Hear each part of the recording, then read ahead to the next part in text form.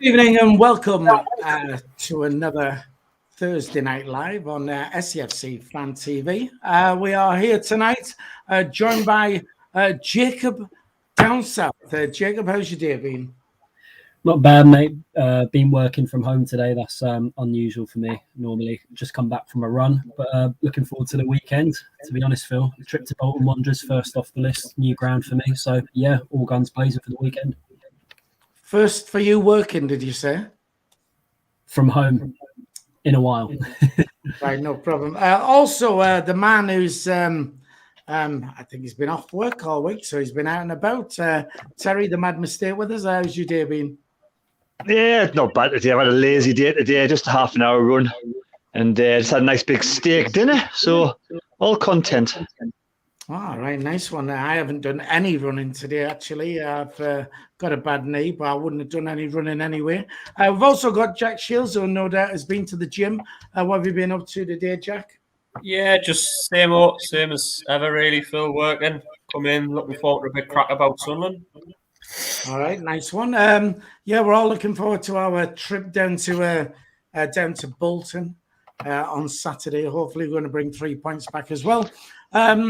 We are live, which means you can join us via the live chat. If you've got any topics you would like to chuck in there, feel free to do that, and we'll do our best to try and pick up on them if we can. Already on the chat, we have Dan Humphrey is in there, David Walker is with us, John Forbes, Mick Griffiths, Robert Foster, Mandy Gray is there. The Mad Mistake says hello. Hello, Terry. Chloe Gibson, David Kay, and Emma Hansen and Tony Lee as well. Emma going to be down Bolton. We're going to see she's looking forward to meeting Dino for some reason. Fair enough. Right, fellas, let's start off then with the transfer window is still open. And, well, we got the latest signing just came in yesterday, Jack Clark. Your thoughts on him? I don't know if you know much about him. Jacob? Talented, pacey winger, apparently, from what I've heard. Young lad, 21, got a lot of potential. He's had loan spells at the likes of Leeds under Marco Bielsa, Stoke as well. Hasn't really had his foothold though at a club just yet. Not really being given a fair chance. To have a consistent run of games, and hopefully, he can play a key part in us trying to get promoted this season. I would say we do lack width in the side at the moment, with McGeady being out, and hopefully he can add some presence in that department. So, yeah, signing, I'm looking forward to it. Great potential, come from a Premier League club as well. And, hopefully he can show his talent down in the third tier, but only time will tell.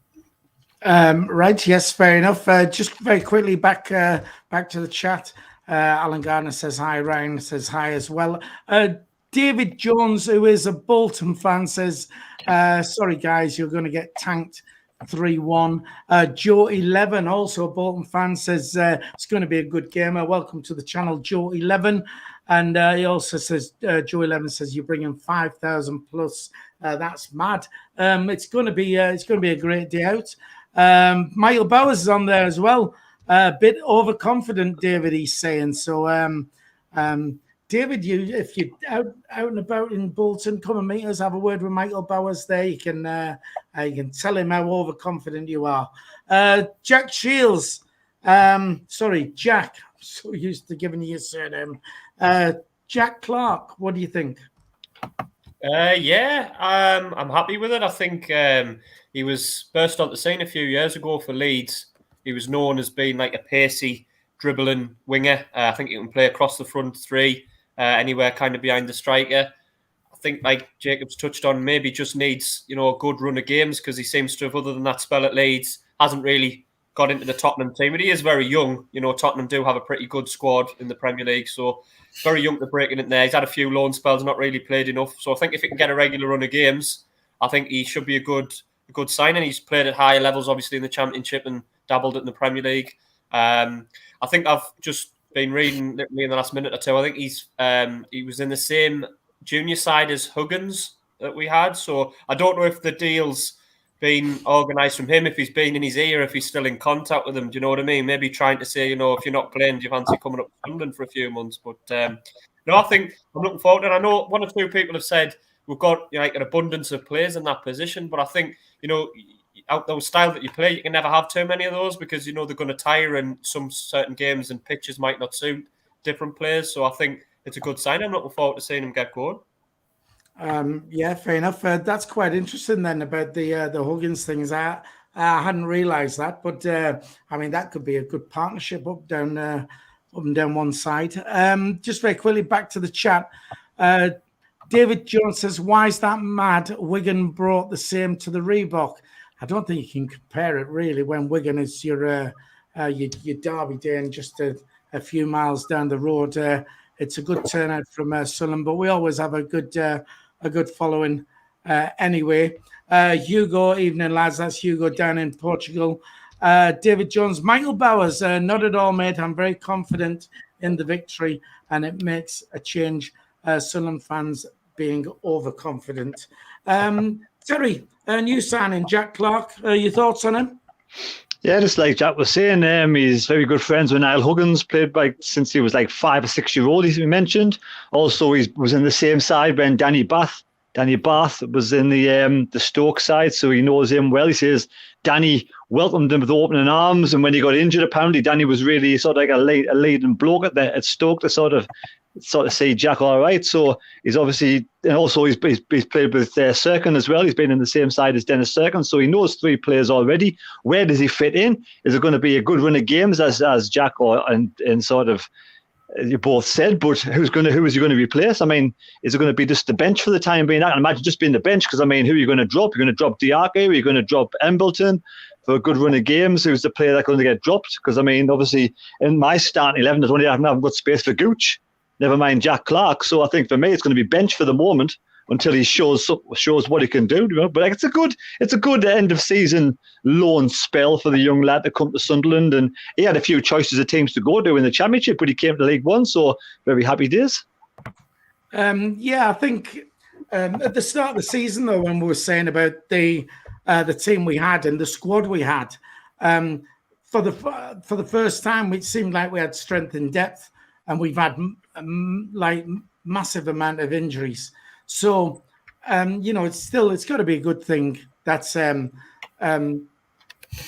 there's not even a place for him in the team. It's got to be a good thing. It's people are going to have to compete for places as well. So players may actually try harder.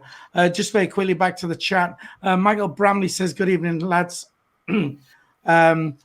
Thanks for the stream. Got to admit, from day one, I've been a Lee Johnson out fella, and with him doing a good job up to now, it's still not convincing. Sorry to say, many people are in the same boat, sort of, with Lee Johnson in and out. With the signing of Jack Clark, what position is he? Is he going to be the striker? And we're all saying that we're after a striker. We need a striker. Do you think he's the signing that's going to play as like a one-off Stewart, or is he going to play in a completely different position? Jack? I don't think he's a central striker. I think he's more of like a wide striker. If you're playing like almost 3 up front, he looks like he may play left or right side, like alongside Stewart as part of like a front 3. I don't think he's going to be a central striker though. So I think in terms of getting a striker, I mean, I would still be looking for one. I think, it's more likely that he's going to play alongside, like you say, Stewart, or maybe even off him. You could go like, Stewart up top, 4 in the midfield, and then play him in like the hole, playing off Ross Stewart. I don't know.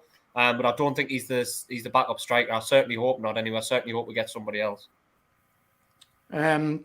Jacob? Yeah, like Jack said, even though he's classed as a winger, looking at his profile, I think, he can slot into like number 10 role, playing in behind Ross Stewart, which I think is how Lee Johnson will play him, with 2 in behind and Ross Stewart as the main striker up top, because I don't think he'll want to change this wing-back system that we are having, which is being effective for us, over many games this season. I think he'll look to play him just in the hole in behind Ross Stewart, which I think will be the best option, or he could play in a free up top alongside Stewart as well. So, yeah, I still feel, if you play him as a number 10 or out wide, he can still, cause damage if given a fair chance. So yeah, it all depends. But yeah, I still have faith he'll be a good signing for us. All right. Just very quickly back to the chat. Alan Gardner says Roberts takes the place of Embleton and Clark in for Gooch. Terry, you was one in there.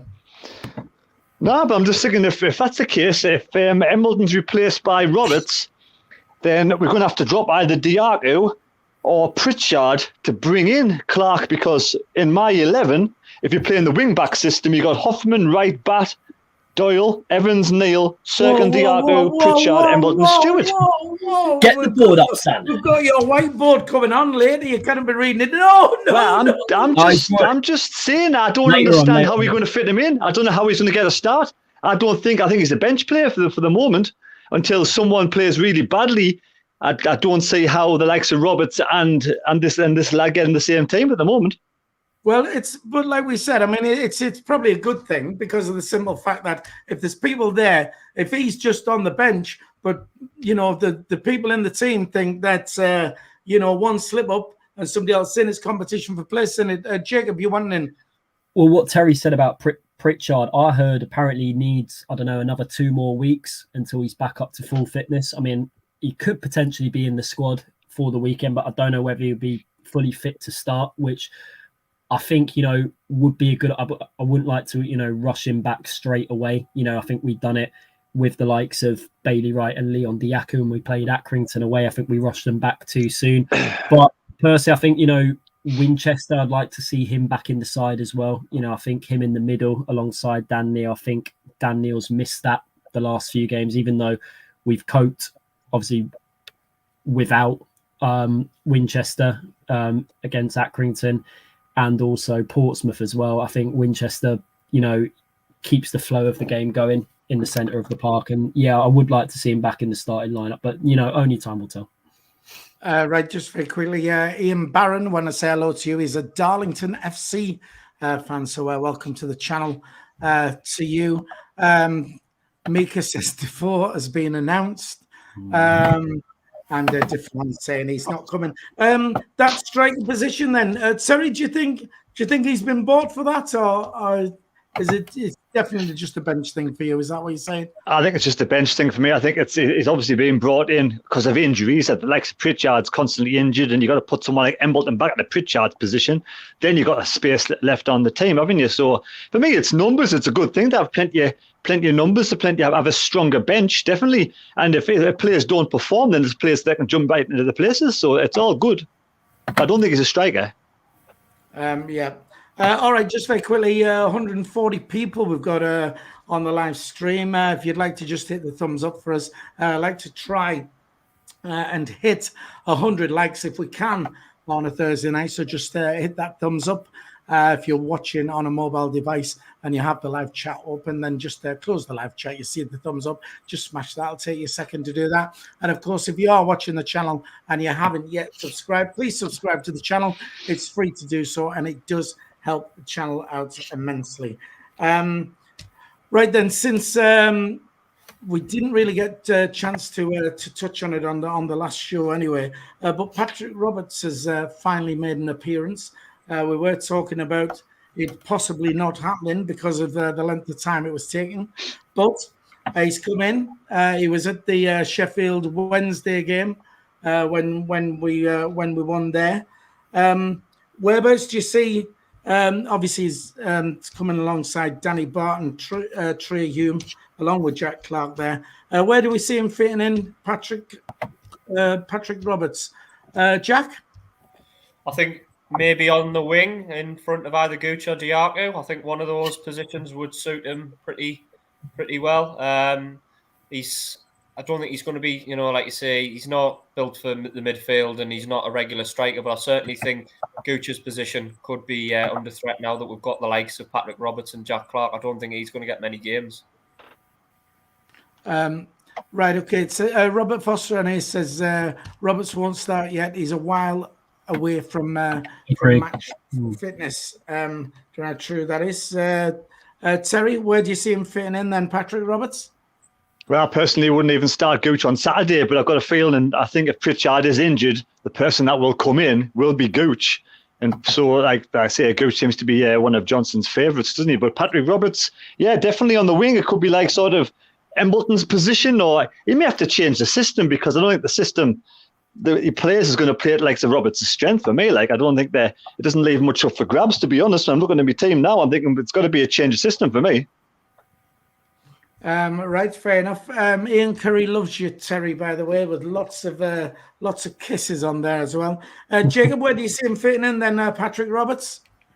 Like Jack said, I think in the position Gooch plays, out wide. But the question with that is, Gooch has played a lot of the season at right wing back, and we don't know how good Roberts is on a defensive point of view in that area. So potentially, he could be part of a front three with Stewart as the main striker, and I don't know, maybe Diaku on the other side of that. So, or potentially like Jack Clark, we discussed at the start of the show, in behind Ross Stewart as like a number 10 where Elliot Embleton plays.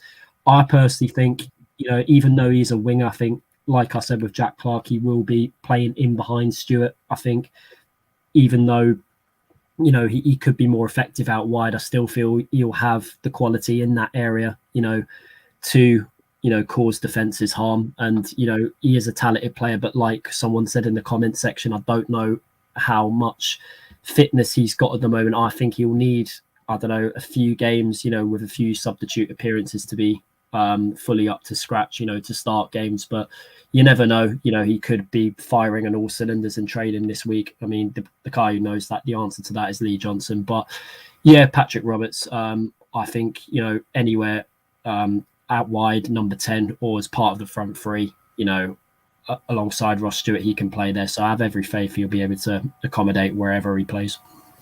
Right, fair enough. Just very quickly, Ian Curry says Roberts is going to have to be a first choice. Can't see him signing to be a bench player. David Kay says Gooch is Johnson's favourite, and Flanagan. Didier saying that should have got rid of Gooch years ago down there. So we've got these ones in at the moment. What do we need then to make this a successful transfer window? What positions do we need to add to it, and then we'll be happy with those. Terry, do you want to start us with that? Right, just by getting Jermaine Defoe, a striker, that's the main position now, because if Stewart gets injured, we're back to square one with nobody up front. So definitely we'll need a striker of some sort. I mean, it's a no-brainer for me that Defoe is a free agent. Just bring him in. So that would be enough for you then. That would complete it and make it a good window. I would think it's a very good window, yes. Right. Okay. Especially with lots of players come back from injury. Yeah. Jacob, for you, what would make it a successful window then? Definitely a striker, Philly. I think the striker is if we can get, I don't know, maybe another central midfield player as well, potentially a loan signing in that department, then yeah, I think we've had a successful window. But like Terry said, with a striker, there's a guy sitting there, being a free agent at the moment, left Rangers, proven goal scorer, go and get the deal done. Let's get him done. Let's bring him home and let's let him, start week in, week out and score the goals for us to get out of this league. It's crying on a plate for us to get the deal done. Whether we get it done, only time will tell. But we don't, we do need a striker, definitely. I feel like we're not asking for him to come like on a couple of years, just 6 months to the end of the season. They'll do us, Yep. I felt like we should be playing Land of Hope and Glory or something behind you as you was doing your motivational speech to Defoe there. Let's bring him home and all that. Right, fair enough. Jack, any more positions we need bringing in to make it a successful window? Yeah, as the lads have touched on, really backup striker, crying out for someone in that position. Ross Stewart's such an important part to our team at the moment. Not just the fact that he scores, obviously, so many goals, but the fact that he's the one that presses from the front. He's the hold-up man. He even defends well in corners and free kicks. So if anything did happen to him, I think every Sunderland fan would just start crying, because he's so important to us. So we do need a backup option. But I think I've touched it on a couple of times in a few podcasts. people probably maybe a little bit saying, and I still think we're lacking a little bit of muscle in the middle. I still think we could do with a bit of an athletic centre midfielder, someone that's got a bit of height, bit of physicality. What I've noticed with a lot of games, particularly this season, when we get the ball down and play football, we are very, very good. But the problem is when it's a choppy game and there's balls bobbing around all over and the other team's a little bit physical than us more, that we struggle to get control in the middle. I feel when we do get it, we are very, very good. But a lot of the time, games kind of pass us by in the middle. And I think if we were to get someone, maybe a little bit of physicality in the middle, maybe an experienced head that could maybe, win a few more balls for us and then give the ball to the more talented players, your Pritchard, Dijaku, Embleton, Ross Stewart, them the ones that can create things. I think someone, I don't mean a ball winner as such, I just mean maybe someone with a bit of physicality in the middle that can maybe use his experience to win possession a bit more than we're getting it at the moment. Right, Jacob, you want in there?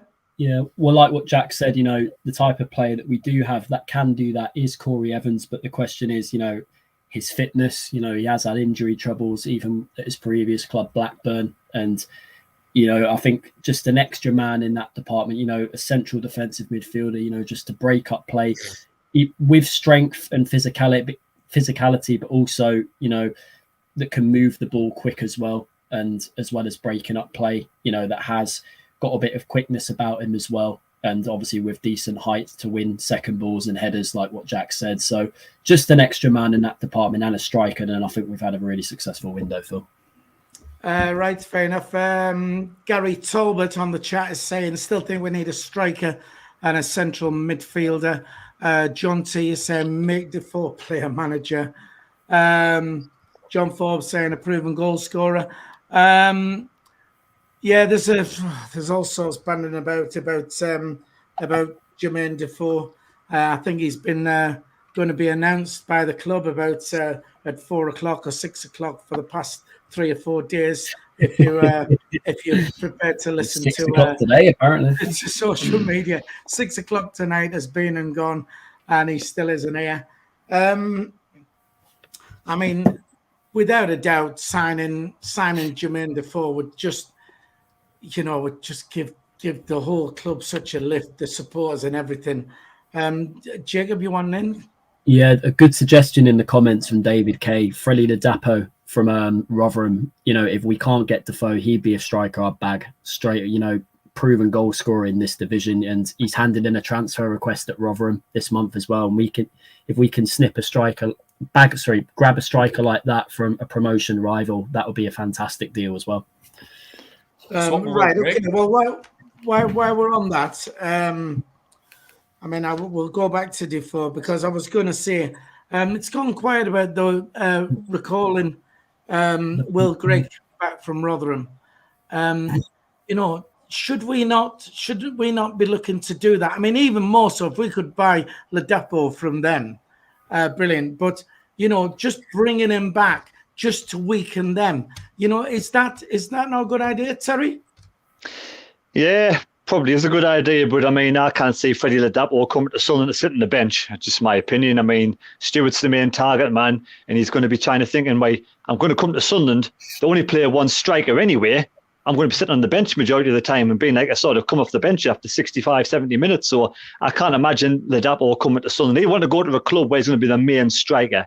Someone's going to play every single game. That's the reason why, for me, he wants to leave Rotherham, because he wants to be the main man, I think.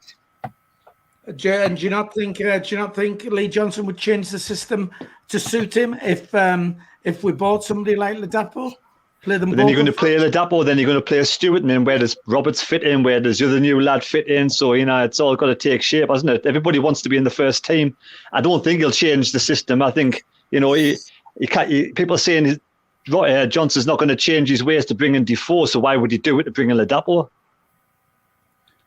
Why would he need to change his ways to bring Defoe in? I mean, if Defoe, I think it was you who said, or a lot of people have said Defoe would be a great one to have coming off the bench, rather than giving him 90 minutes, which then, solves that problem of we keep that system, Stewart's up front, and then if he wants to bring Defoe on, he can do that. I just don't think Ladapo would do that.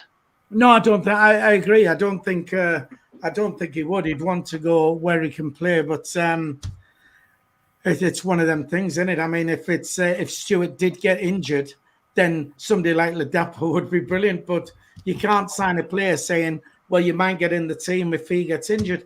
Jack, you want in there? I was just going to say, I think the only way you'd get someone like that was if, heaven forbid, it's ever going to happen. But Ross Stewart was sold for the next few days. I don't think he will. Obviously, there's nothing pointing towards anyone wanting him, but that's the only way I think you'd go for someone like Ladapo, like Terry says. I think he's going to be wanting to play off the front, and we've only got one player for that. So then you're having to shoehorn him in somewhere. Do you go 4-4-2? Do you go like a diamond with two up front? We've almost got too many options now. Do you know what I mean? In the attacking positions, we were saying we haven't got enough earlier on in the season. Now we're spoiled for choice in a way. And when everybody's back from injury and whatever, just very quickly, I'll still chuck the Will Grigg thing about to you. Mad Max says, when's Bailey Wright coming back? I think Bailey Wright's fit again now, isn't he? Back in contention, isn't he? Anybody? I hope so. I hope so. Right, so I was under the impression that he's back, but I think he might potentially be sat out on Saturday. I think I'm hearing Lee Johnson will stick with the same defence that kept a clean sheet against Pompey. Right. Okay. While we're on with you, Jacob, would you bring Will Grigg back from Rotherham just to weaken them? Well, at Rotherham this season, I mean, he's had a few decent performances, but it hasn't really, been that effective for them. I don't think it will make too much of a difference, to be honest. I mean, it depends on how thin Rotherham's squad really is, in the attacking department. But if it is thin and, we bring him back just to weaken them, decent tactical move. But, Will Grigg, if we could just get him off the wage bill in order for us to bring players in, that would be a better solution. But I just don't see that happening. Right. Okay. Jack, would you bring him back just to weaken them? Like Jacob says, I don't really think he's having much of an impact. I think if he was scoring goals for fun, then definitely. If it was, I mean, some loans you can't bring him back. Or is it definitely a loan where you can definitely bring him back? Because some loans it's written whereby it's for the solid season, so we don't know. We might be saying bring him back, but we're not able to. But I think if he was having a lot of impact, I can understand. But I don't think I don't follow Rotherham's results that closely. But I don't think he scored that many. I just think the one thing we definitely don't want him to do is make sure it's written in the contract that he doesn't play against us in March when he comes to Stadium of Light, because you just know what's going to happen if we do let him play against us. I like Chris Maguire. Right, just very quickly then. On the chat here, DJ Sizzle Watson says, evening everyone, I'd love to see Defoe sign, but it's dragging on. My source says he's signing, but this is Sunderland. Looking forward to seeing you all at Bolton. Defoe, I mean, like I say, it's banded about. Somebody in the chat here says Ian Curry, icing on the cake. Defoe will add another 5,000 fans back. I could quite easily see that happening. You know what I mean? It's like it'd be such a lift. Terry? Did Will Grigg go to Rotherham at the start of the season because he's only played 15 games and only scored 2 goals? Sums up in that record, to be honest. 2 goals more than he signed for us, wasn't it? Scored for us. Right, okay. Can we see it happening, Defoe? Or do you think it's just wishful thinking, Jacob?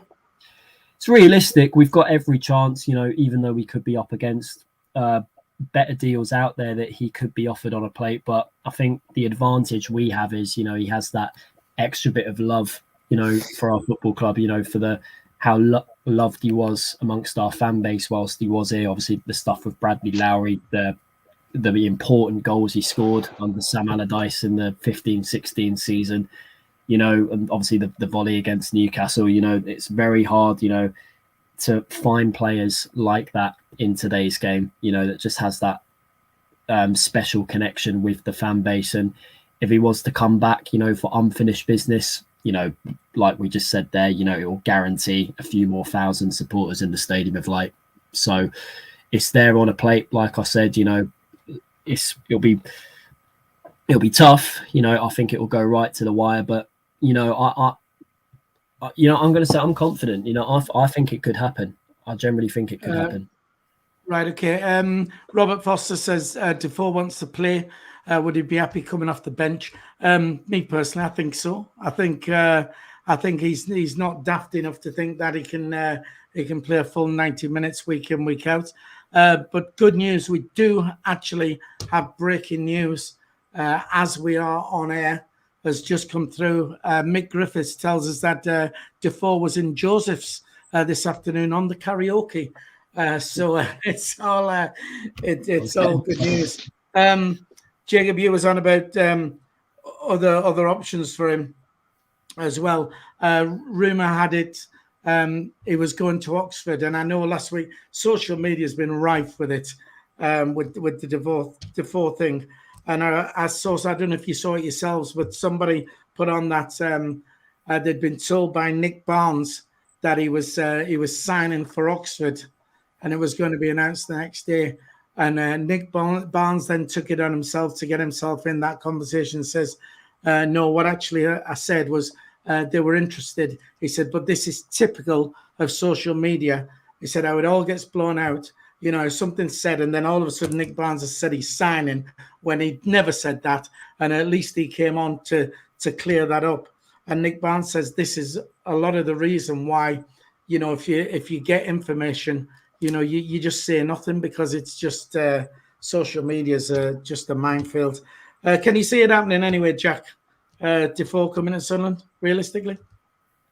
I think it's realistic, but just something tells us it's not going to happen.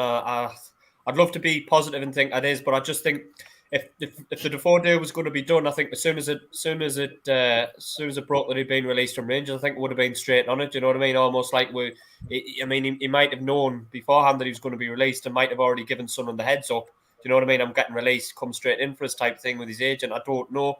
I just think with that, Defoe might want to go somewhere whereby he's either playing regularly or he might want a new experience. You know what I mean? He might want to try somewhere else that he hasn't played. I don't know about abroad or anything like that.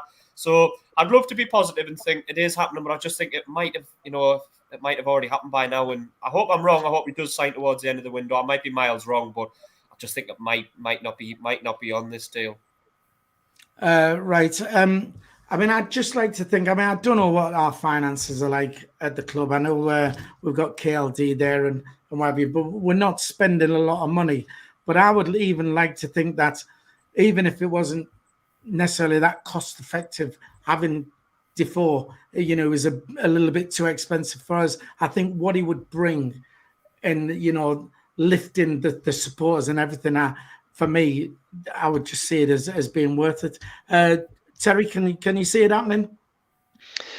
Well, if we weren't interested, wouldn't Lee Johnson come out and say we're not interested? I mean, that would just stop it there and then, all the rumours and what's going on. Why would he let it linger on for days and days and days if we're not interested? So surely we must be, you know, dipping our toes in the water a little bit to see whether we can get him. But obviously it's got to be the right circumstances, and we're not going to pay over the odds. The owner won't pay over the odds and splash loads of cash. So it depends, like I say, on the circumstances with the deal itself. But there's always an opportunity. But in my heart of my hearts, I think he probably won't come to Sunderland. Right. Well, I mean, we all want him here, but you're right. Like, I mean, if there wasn't something in it, you know, why would he let it sort of like continue on? So hopefully, just very quickly, we want to say congratulations to Alan Rowland. Alan Rowland won our competition for the seat on the bus to Bolton. We are all travelling down there. The SAFC Fan TV team are down there. If you want to meet up with some of the lads, we are going to be in the Beehive pub before the game. So if you're out and about and you want to pop in there and you want to say hello to the lads, come and meet Terry and Jacob and Dino. Jack will be in there getting drunk and is Jack old enough? What? Is Jack old enough to drink? Of course he is, man. Is he? Me or Jack Dodds? Jack Dodds? I thought he was 15. Is he only 15? No, he looks 15. He looks 15, but he's actually old enough. I wasn't about Jack Shields, who's going to pop in and have a drink anyway. But yeah, Jack Dodds in there as well and what have you. And what I haven't even told the lads, because they don't know this yet, Karen was going to come along as well on the bus and be the entertainment. But she's now not coming because Colin is playing up and he needs minding. So instead, Tony Lee is going to join us on the bus as well. We did actually pull her to second name when we did the draw, and it was actually Tony Lee. So Tony Lee's going to get Karen's ticket. So Tony's going to join us on the bus as well. So if you're out and about, if you're going down to Bolton and at the Beehive pub, please come and say hello to us. Come and meet the gang. Is Tony going to wear a short skirt and a bra like Karen does, Yeah, he's going to be stripping on the bus and all that. So yeah, come and say hello. Right then, just very quickly, 183 people at the moment on the stream. We've got 75 likes, 25 more people hit that thumbs up. We'll hit the magic 100 we like to get to on a Thursday. Please do that. And don't forget to subscribe to the channel. It is free to subscribe, and it does help the channel out as well. Mick Griffiths, what time at the Beehive? We expect to be there by, 1 o'clock, something like that. So I'll be there. Wigan and Rotherham, then. They've got games in hand over us. For me, it's points in the bag. I know others are saying, no, they're going to walk it and stuff. However, they're both through to the semi-finals of the Pizza Trophy, which happened this week, which is more games for them. Along with Hartlepool. Hartlepool as well, absolutely. I mean, they're one game away from Wembley. That would be good. Terry did his live stream of the Hartlepool game as well. So the fixtures are piling up for them. The pressure's going to be on them, which means they are going to drop points. Isn't that true, Terry? Well, you're seeing points in the bag, but aren't Wigan on the same points as Sunderland? So their points are already in the bag. They've just got 4 extra games in hand. They've got to continue. And they've got a better goal difference. Oh, what is it? And then we've got to continue as well. We've got to continue as well. Terry, we play Wigan. So I think they've got 3 goals better than us. So all we have to do is beat them 2-0. And there you go. And we're in pole position. So that's, that's not a problem, is it? No, that's not a problem. We'll beat Wigan. It's all right. Why the positivity? What's going on? We need Terry back. Who's next to him? Jack. We'll just win our games, but we just hope Wigan don't win theirs. Well, fix your pile up. Jack, surely it's a good thing for us, all these extra games they're going to have, yes? I think so. I think the time we were in it under Jack Ross, I didn't really see the value of it. I know the fans liked it a big deal at Wembley. Our fans love Wembley, don't they? They love Trafalgar Square and Covent Gardens and all that. And I get why fans like it, and it's nice to try and see your team win at Wembley. But in terms of the prestige of the tournament, I don't think anyone at Sunderland's really bothered about lifting that. And I can understand why Wigan and Rotherham are going in for keeping the momentum going, but I think it's more hassle than it's worth. I think you lose your focus a little bit, and I wonder maybe some of the players might not be playing at the maximum in the games beforehand because they don't want to get injured for Wembley. It might be the only chance they get to play at Wembley with a big crowd, so that might alter the focus and things. So I think it's a good thing that Wigan and Rotherham are going through further in that tournament. I think ultimately, though, we can only concentrate on ourselves. We can only win our games, and if we fall second, if we fall third or fourth and into the playoffs, then so be it. Whereabouts the semi-finals played? Are they still played home and away, that sort of thing? I can't remember what happened last time. Or did everyone play at Wembley? Just one leg now, isn't it? Is it? It just depends where the draw is. Like, if you're drawn out first, you're at home. Yeah, and it's 2 legs, isn't it? No, I thought it was just one leg. I thought we chopped it down under COVID. They're just minimising the games. I thought it depends if it's a draw after 90 minutes. In fact, it was only one leg when we went down the last time. Didn't we beat Bristol Rovers 2-0? That was only the one leg, I think, wasn't it? I don't think we had a second leg. Same with last season. Oh, well, I stand corrected. Or I sit corrected, actually. Right, okay. Well, I mean, when we're at these competitions, I'm just concentrating on the league. Just that when I was watching the Hartlepool game on Tuesday night, the guy said, "Oh, we're now going to Wembley. Oh, we're now going to London." And I thought, it's the semi-finals. How are you going to London? So are they not all being played at London for some reason? No, they could get, I think, Sutton United in the semi-finals if they draw them. But he seemed confident he was already going. So I don't know if he was just taking the piss or what. unless they've drawn Sutton in the semi-finals, I'm not sure already. No, well, the draw for the semi-finals only on Saturday, so, so that's not been drawn yet. Anyway, David Walker, Wigan and Rotherham going to have a big fixture pile up. Should work in our favour. I totally agree.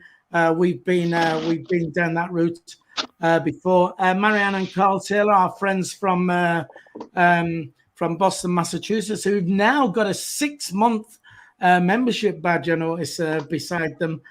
So thanks to you two for that. Wigan will win the league. Can only see us getting second if we sign Defoe. Right, fair enough. Mick Griffiths also says, well done to Super Kev. 2 games, 2 wins. Well done. So, Jacob, I haven't asked you. It's a good thing for us, this fixture pile up for them, yes? It's debatable. It is debate. I know they're in a fantastic position now, top of the league, Wigan, 4 games in hand. But, me and my dad have been having this discussion this week. They've got to win those games. Who knows how many points they're going to pick up in those 4 games in hand. And technically games in hand, it doesn't really matter at the end of the day. It's what you do in them. And, I've just looked at their fixtures the last few minutes. They've got a really piled up fixture list throughout February, where it's Saturday, June. February, the Wigan's fixtures in February, and they're all against most of the top 8. Yeah. Tough month for them. Tough month, definitely. Right, okay then. We were 10 likes away from 100. 10 people just hit that thumbs up. That'll get us to 100. If you can do that for us, that will help. Thank you very much. Right, well, what are the question I'll put to you all then? An acceptable points tally for Sunderland on our next 5 games. We have got Bolton away, Doncaster at home, Cheltenham away, Wimbledon away, and MK Dons at home. What will you say is an acceptable points tally for those 5 games, the next 5 games to keep? I know we want to win them all, but what would you be content with and think we'd still have a chance of then automatics? Jack?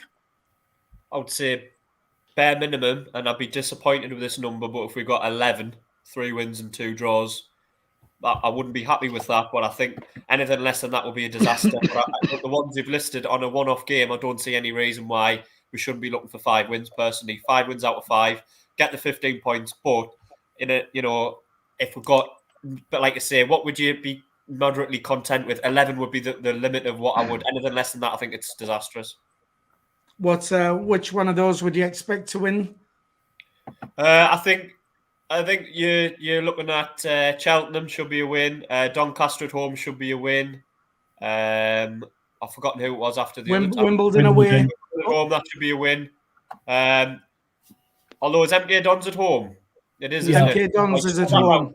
Swap that round. MK Dons win. Point at Wimbledon and a point at Bolton. I mean, I'm not saying I want a point. I'm just saying it wouldn't be the end of the world if we got 3 wins and 2 draws. But obviously, we should be looking for 5 wins. Right, okay. Jacob, Bolton away, Doncaster at home, Cheltenham away, Wimbledon away, and MK Dons at home. 13 or 14, I would say. I'll be satisfied with. Anything less than that, nah. So you wouldn't be happy if you was less than 13. I mean, MK Dons have had a bit of good form at the moment as well, haven't they? Can we even get 14 points? I don't think we can we? Don't think so. No. Well, obviously Jacob can down south. Get your abacus out, Jacob. What's that? We can't get 14 points, I don't think. Unless we drop. Maths not my strong point, mate. Yeah. Right, we'll see. We'll get Jacob to do the team on Saturday. He'll slide another one on. Play 12. We'll definitely win. Right, different ones coming in on the chat here saying 12 points, 10 or 11. Casual Observer says 15 points, no less. MK Dons have just signed Connor Wickham, for God's sake. Dear Lord, he's dreadful. He's not the same. Also, Danny, we want to give a shout out to Mick S, who's a 74-year-old Macam in exile over the years. We always do well in February. I hope you're right there, Mick. Mad Max 12, Joseph Billingsley 12 points, 4 wins, and get beat by the MK Dons. Terry, what would be an acceptable points tally for you? What would you be happy with?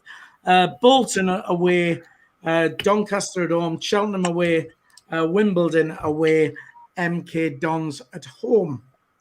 Oh, for 13 points. 13 points. If we want to get promoted, and give ourselves a really good chance this season, we've got to start winning games. I think 13 points is definitely acceptable for me. Who do you think we would drop points against then? We'd probably drop a point, possibly maybe something like Wimbledon away. I don't know. I seem to draw a lot at Wimbledon, so Saturday will be tough. Saturday could be. Will, but we're taking 5,300 fans to Bolton. We've got to start winning these games of football, and I think we've got to beat Bolton on Saturday. We have to, man.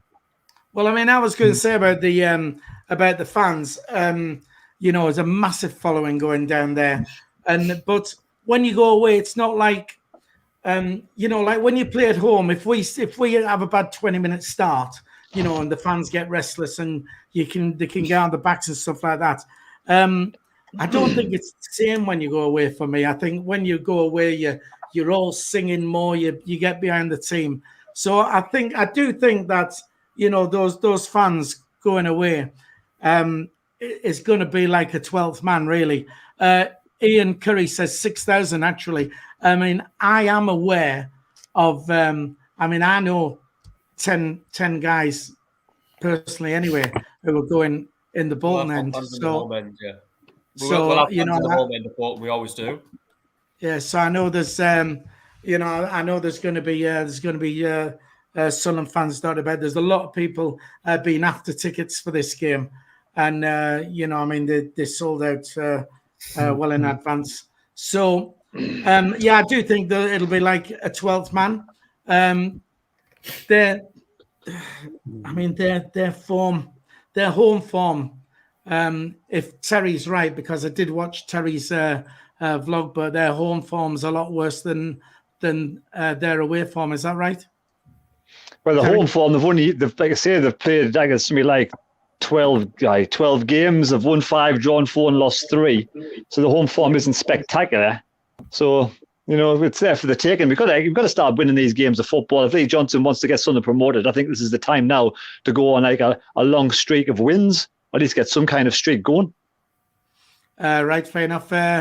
Tony Lee is back in the chat. Tony Lee, who's actually got a place on the bus. And Emma Hansen there, who's going to be in the pub to meet Dino, because she's excited about that, even though she's probably going to have her new husband with her as well. Right, Bolton on Saturday then. Let's move on to that.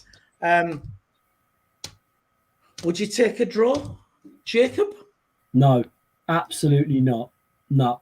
Got to win. Like Terry said, it'll be tough, but 5,000 fans, cheering on the lads will make it a tremendous atmosphere, and you've got to soak that up and you've got to take advantage of that. So, 3 points. Anything less than that, nah, not for me.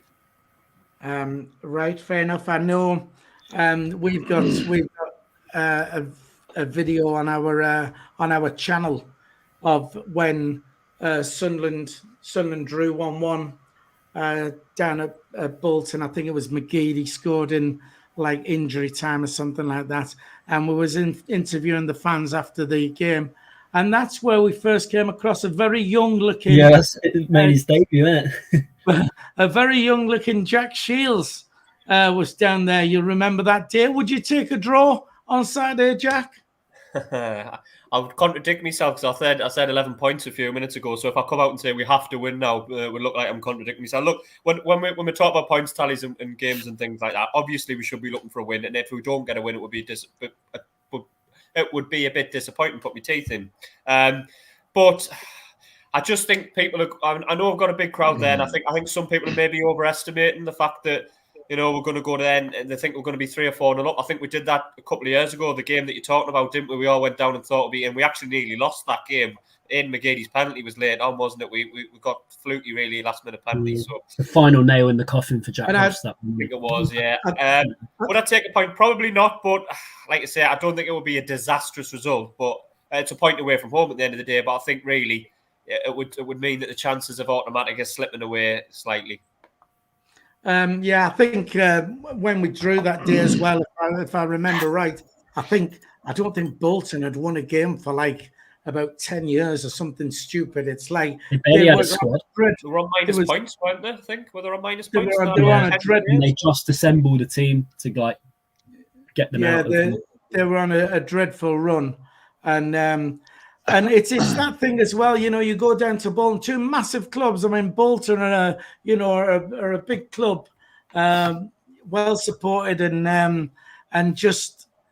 You know, we all want to go down there and have a nice 5-0 win, but you know, it's certainly not going to be that easy. I know Bolton's run of form at the moment is 5 losses, and the last 2 games have been they've had a couple of wins. They're down in 15th place. Terry, would you take a draw on Saturday? Look, we have to go into these games expecting Wigan and Rotherham to win their games. And if they drop points, then it's a bonus. So for me, we've got to go there and try and get a win. You know, if we've got any ambition of getting in the top 2, we've got to start winning games now. The first part of the season's over. This is the nitty-gritty stuff now. It's time to pick up 3 points wherever we go. You know, we've got to try our best. It won't be easy. Bolton will be a difficult side to beat, as in all teams are in League One. There's no easy games, you know. Bolton won the last 2 games, but with the signings we've been making, and I'm hoping the likes of Bailey Wright and Pritchard are fit. If probably they won't be, but you know, if they were fit, they would be in my starting lineup. So, but it won't be easy. But I'd want to get 3 points on Saturday. I'd be disappointed with only a point. Right, fair enough. We've got David Jones, who's the Bolton fan, a very confident Bolton fan, saying Bolton 3, Sunderland 1, Dion Charles 2, and Bod Varson with the other one. To which we have a reply saying. Where is it? I've lost it. David Kay says no chance because Danny Bart has got him in his pocket. Hopefully, you know, we've got Bart in defence there. Good strong defence. Got a clean sheet last time out. Hopefully, we can do the same again. Jacob, you want in? A man who will probably start for Bolton on Saturday, who's been playing regularly of late, is someone who signed for Sunderland but never had a kick, and that's Declan John. Just thought I should know that. Right? Did he not play at all for us? Did he not? No. Did he not? All right. Okay. Right. Okay. Well, what we're going to do is we're going to move on to Terry's whiteboard, which people like to tune in to see because. This when we'll try and get it up here. Hang on. This is going to be Terry's favoured lineup for Saturday. So there we go. There's a starting 11, but that depends whether Pritchard's fit and whether Bailey Wright's fit. But if they were fit, that's the team I would play personally. That's the formation we know Lee Johnson likes to play. So I'm not going to interrupt and change his formation. But for me, until the new signings come in and get themselves fit and prove what they can do, for me, there's no point. And I would put Gooch on the bench, simple as, because he hasn't been playing very well. Right, fair enough. So you don't think? I mean, people are saying Patrick Roberts isn't. I'd be amazed if he's even on the bench, to be honest. Yeah. I think if Wright's fit, or you know, I would definitely start him over Flanagan. I think Flanagan was the weakest link on Saturday gone against Portsmouth. Yeah, Flanagan's been, to be fair, he's been, I mean, Flanagan had a good start to the season. He was, you know, he was amazing, but he has definitely gone off the boil. He's, you know, he is a little bit, he's a bit, Terry's Y fronts. Terry, why are you showing your Y fronts? What's all that about? Where's the Y fronts like? I don't know what you're on about. I don't know. But so you don't think like Jack Clark, anybody like that could come in there because he's Like I said, I think if Pritchard's not fit, I think he'd rather start Gooch and keep Gooch in the team and move Embleton to the probably number 10 role. But I think Clark will be on the bench. Right, okay. Mad Max, totally agree. I think he's agreeing with your team. David Case says Pritchard's out for 2 weeks, Terry. I think I did hear that somewhere, to be fair. There was another couple of weeks away. Well, if that's the case, then probably Gooch will be starting. It's not the player I would probably start, but I think that's what Lee Johnson likes to start. And so he'll keep Gooch in the side, won't he? He'll just move Embleton and keep Gooch in the side. Right, fair enough. Ian Curry on the chat says, why don't we start playing Wise Men Say at the start and the end of the stream? Well, because of copyright issues. If we did that, then YouTube would be slapping our wrists because they don't like us doing certain things like that. Right, so Bolton, loss, win, 15th position. What about predictions from you then? Nice and confident for Saturday. Jack, what do you think? I think it'll be tight and scrappy, but I think we'll just nick it. I'm going to go 1-0 to Sunderland. Nice clean sheet and a 1-0 win to Sunderland. Jacob Kirkbride down south. What do you think? Be a tough game, like what Jack said, but I think we'll just have enough in the bag to get the job done. I'm going to say 2-1 to us. All right, 2-1. We'll take that. I'm just reading on the chat and I don't even know if I like it. First of all, casual observer, 100% Gooch will start. This is what I'm not sure about. Ian Curry says, well, Terry can sing it. No, we're going to have Terry singing on the bus all the way down and all the way back, no doubt. Am Terry, I getting paid, like? Paid? Paid was that? Free cans. We'll pay you to shut up. Right, Terry, a nice prediction from you for Saturday. Well, when I made my prediction yesterday, I was half cut, so I'm going to have to stick with that one. And I said Bolton 0, Sunderland 3. I'll have to just go over that. 3-0. We've got a 3-0. Ian Curry actually wants you to sing is saying 3-0 on there as well. I'd like to think we keep a clean sheet. I'd like to go for me 3-1, but I'm going to go for a clean sheet, and I'm going to say 2-0 to Sunderland. Nice win, 3 points, good day out, plenty beers. We are going to be doing, by the way, on the way down to Bolton.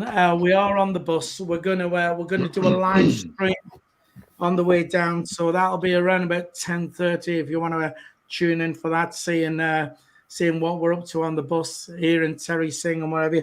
And if we win, we might even do a live stream on the way back when we're all absolutely legless, showing our bums out the window and stuff like that.